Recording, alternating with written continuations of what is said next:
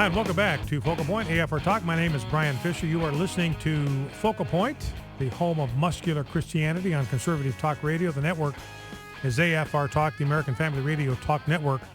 Talking on our decision maker line with Mark Crutcher, who is the founder and president of Life Dynamics. They have released this week an explosive video that features an interview with three clinic workers at the clinic of a late-term abortionist by the name of Douglas Carpent in Houston, Texas. Their names are Gigi Aguilar, Deborah Edge, and Crystal Rodriguez. And Mark, we played the first soundbite. It was a lengthy one, about 2 minutes, but I wanted to get the whole thing. And one of these clinic workers is saying most of the time, if it was an abortion after 20 weeks, most of the time the fetus would come completely out. That's the baby would come completely out before he cut the spinal cord. And she says this happened every day, 3-4 times a day. So Right. It's clearly not as rare as the media wants us to believe. No, and it has to be intentional.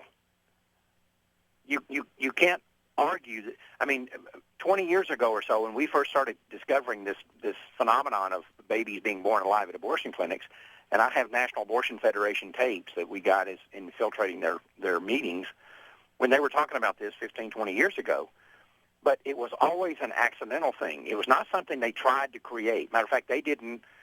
They call it the dreaded complication. That was their name for it.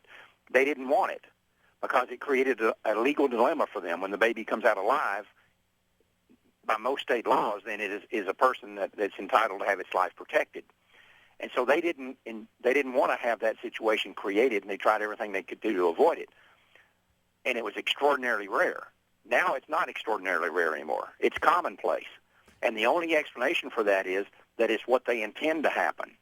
And their only explanation for why they would intend it to happen is to insulate them against medical malpractice claims, because by doing it that way, they're not introducing sharp instruments into the woman's uterus.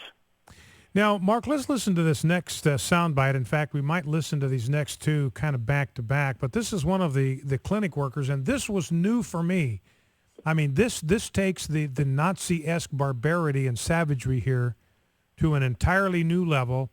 We heard repeated testimony in the Gosnell case. We saw the pictures. He snipped the spinal cords of these babies after they had been delivered. They were newborn infants, American citizens, completely separate from the bodies of their mothers.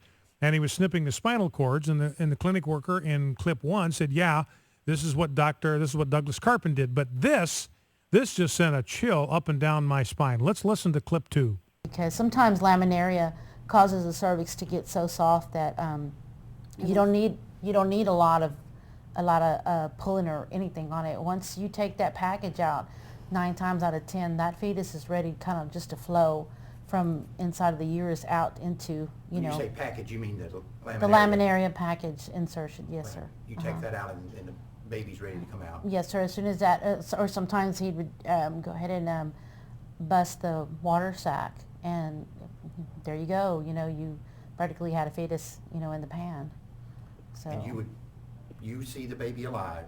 Yes, sir. And him kill that baby outside the womb? Yes, sir.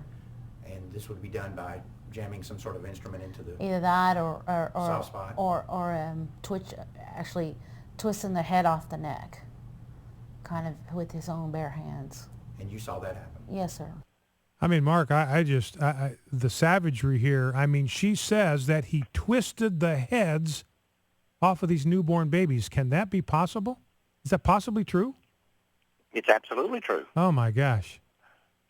I mean, but you have to understand the mindset here.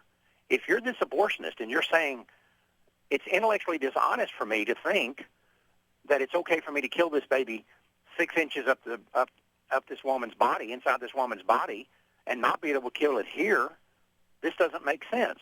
So once you're in that mindset where you're already killing these babies, this is the logical extension.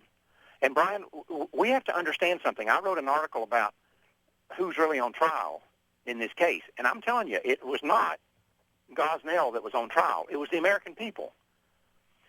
And this is if you're going to tolerate this sort of thing, you're going to look the other way while all this is going on. While legalized abortion is countenanced in this country, then you have to be willing to accept these sorts of things. This is the natural extension of the pro-abortion mentality. It was inevitable that we would get to this point. And I'm going to tell you right now, there's going to be more of these cases come out, and there's going to be even more horrible things come out in the future, things that you and I can't imagine, just like you couldn't have imagined this a year ago, right? Well, I couldn't.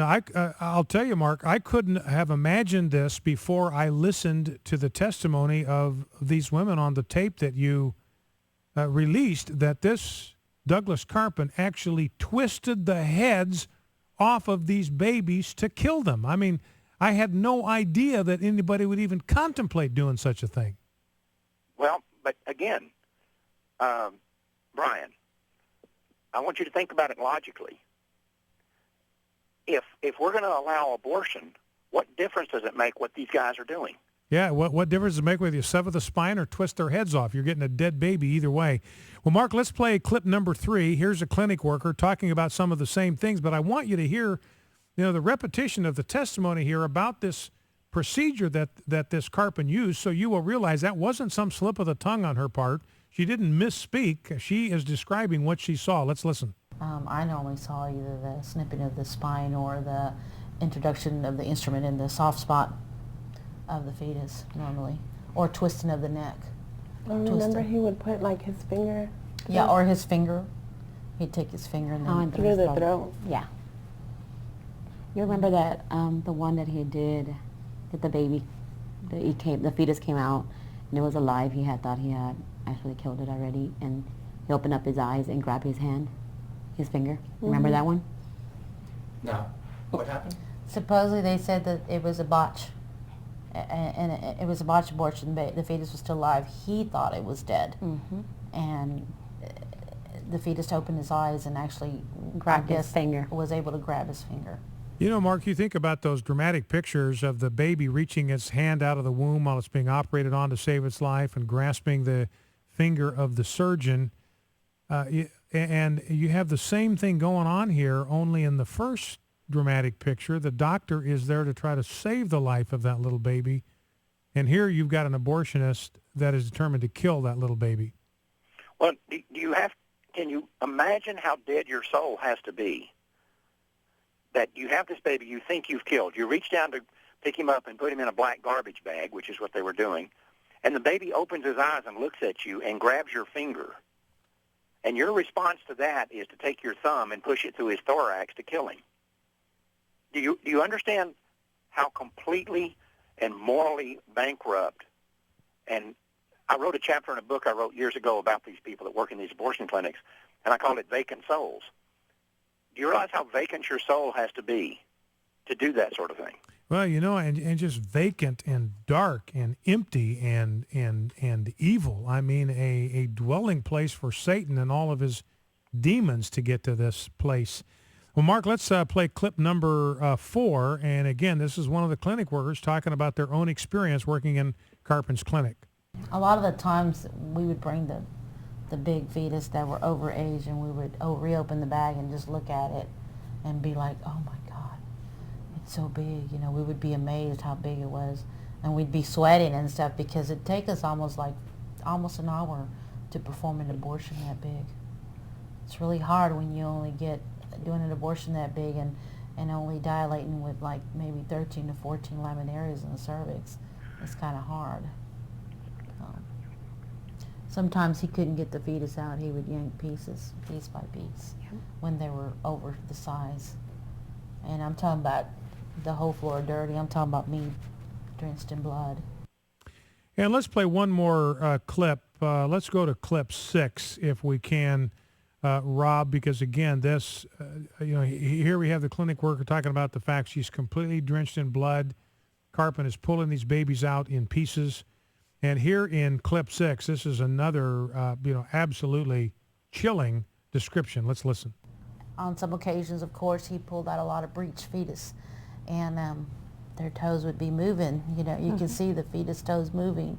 And as he would insert the forceps, what are they called? The beards. There's two types. There's the beards, and then there's the sophers.